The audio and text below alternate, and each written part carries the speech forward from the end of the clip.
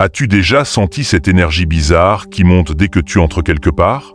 Certaines personnes te regardent comme si tu étais la bénédiction qu'elles attendaient depuis toujours, pendant que d'autres, parfois les mêmes, te dévisagent comme si tu représentais leur pire cauchemar vivant.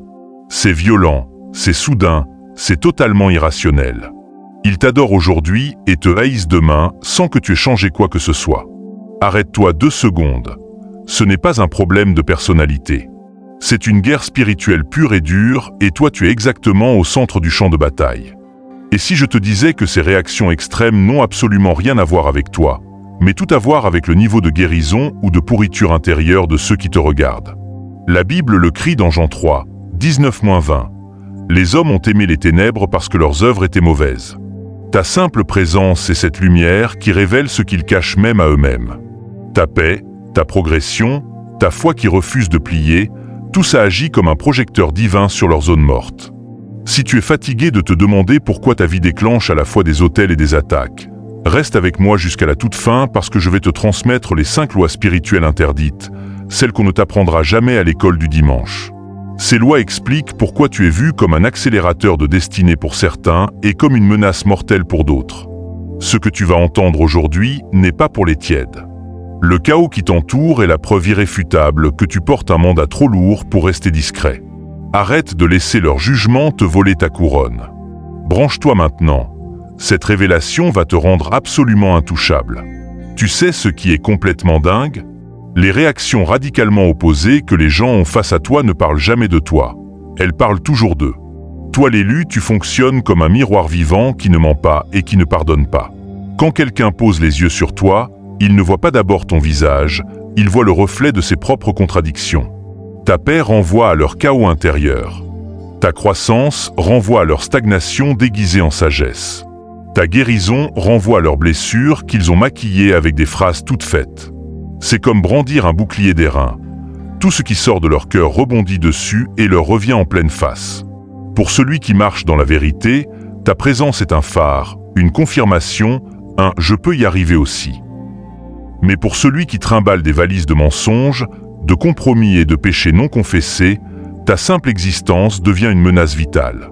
Il te sourit avec les lèvres pendant que son esprit crie parce que tu lui rappelles le chemin qu'il a fui.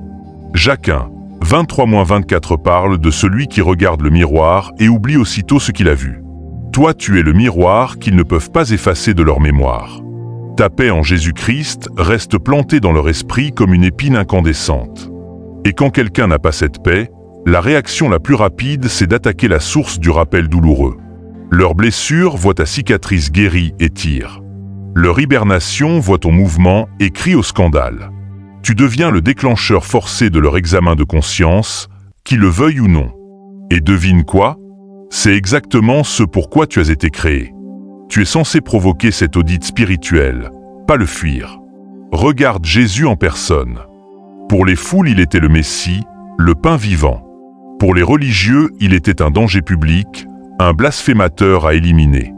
Pierre fait sa grande confession en Matthieu 16, les pharisiens cherchent à le tuer dans le chapitre d'après. Il n'a jamais changé son message pour calmer les offensés. Il savait que l'offense ne venait pas de lui, mais du cœur pourri de ceux qui écoutaient. Toi aussi, tiens-toi droit. Ton rôle n'est pas de devenir leur coussin émotionnel. Ton rôle est de rester aligné avec le mandat céleste qui est sur ta vie. Quand les flèches volent, demande simplement au Saint-Esprit, qu'est-ce qui est exposé là?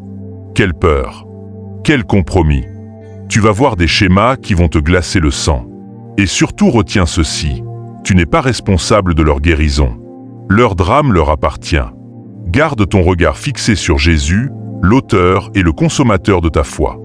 Et là, accroche-toi fort parce que ton authenticité n'est pas un petit détail, c'est une arme de destruction massive contre l'hypocrisie. Plus tu grandis dans la vérité, plus tu deviens une lumière qui brûle les zones d'ombre. Ceux qui avancent avec toi sont attirés comme des papillons, ceux qui stagnent se sentent carbonisés. Ta progression met en évidence leur report à demain permanent. Au lieu de faire face à leur propre vérité, ils préfèrent te faire passer pour le problème. Regarde Caïn et Abel dans Genèse 4. Abel apporte l'offrande avec un cœur droit, ça plaît à Dieu. Caïn apporte la sienne avec un cœur tordu, ça ne passe pas. Au lieu de se repentir, Caïn tue celui dont la vie rendait visible son propre échec. Même schéma aujourd'hui. Ton authenticité agit comme une loupe géante sur leur demi-mesure spirituelle. Et quand quelqu'un refuse de se sentir petit, il choisit de te faire passer pour le grand méchant. Ne tombe jamais dans ce piège. Continue la discipline quotidienne. Prière, parole, obéissance radicale. Quand les critiques pleuvent, pose-toi la question, correction divine ou projection démoniaque? La vraie correction vient avec amour et restauration, la projection vient avec venin et destruction. Tu sais faire la différence maintenant. Et là on entre dans la zone rouge. Les manipulateurs te perçoivent comme une arme nucléaire ambulante. Pourquoi? Parce que ton discernement spirituel est une épée qui tranche leurs filets avant même qu'ils finissent de les tisser. Le manipulateur fonctionne avec des demi-vérités, des larmes sur commande, des culpabilités induites. Toi tu vois au travers en moins d'une seconde, pas parce que tu es méfiant, mais parce que tu es connecté à la fréquence du Saint-Esprit. 1 Corinthiens 2, 14. L'homme naturel trouve les choses de l'esprit complètement folles. Toi tu as l'esprit. Tu senses l'intention derrière les mots avant même la fin de la phrase. Tu captes l'énergie lourde derrière le sourire ultra-brite. Tu refuses de danser sur leur musique émotionnelle. Et ça les rend hystériques. Ils ne peuvent pas te contrôler, donc ils te diabolisent.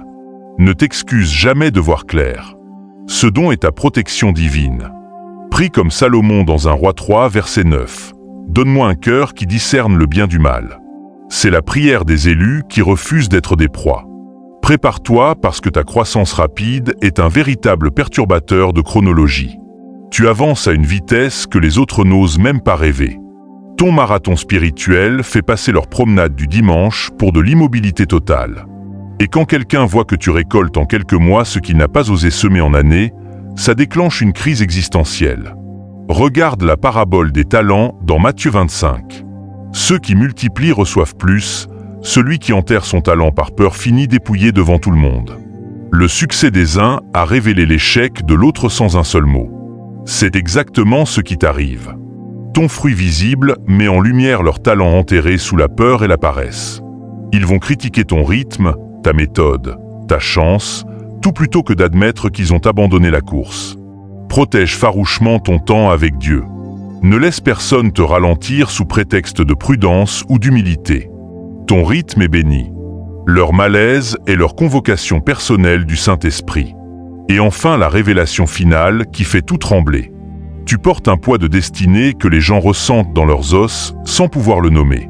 Tu n'as même pas besoin de l'annoncer, il émane de toi comme une onde de choc invisible. C'est l'empreinte de l'onction que Dieu a déposée sur toi avant même que ta mère te conçoive. Ceux qui sont alignés avec leur propre appel sont attirés comme des aimants. Ceux qui ont déserté le leur te ressentent comme un reproche vivant. Regarde David après l'onction de Samuel dans 1 Samuel 16. Extérieurement rien n'a changé, il gardait encore les brebis, mais dans le spirituel tout avait basculé et tout le monde l'a senti. Ses frères, Saul, même Goliath plus tard. Toi aussi tu portes ça. Ce poids fait trembler les compromis, il réveille les appels endormis, il terrifie ceux qui ont choisi la médiocrité. Et c'est exactement pourquoi tu ne seras jamais comme tout le monde. Tu es un porteur de mandat divin. Alors assume-le pleinement. Brille sans t'excuser. Avance sans regarder en arrière. Le royaume a besoin que tu prennes toute la place que Dieu t'a réservée. Le chaos autour de toi n'est pas un bug. C'est la confirmation que le programme divin est en pleine exécution. L'élu révélé, c'est toi. Et ton heure est maintenant.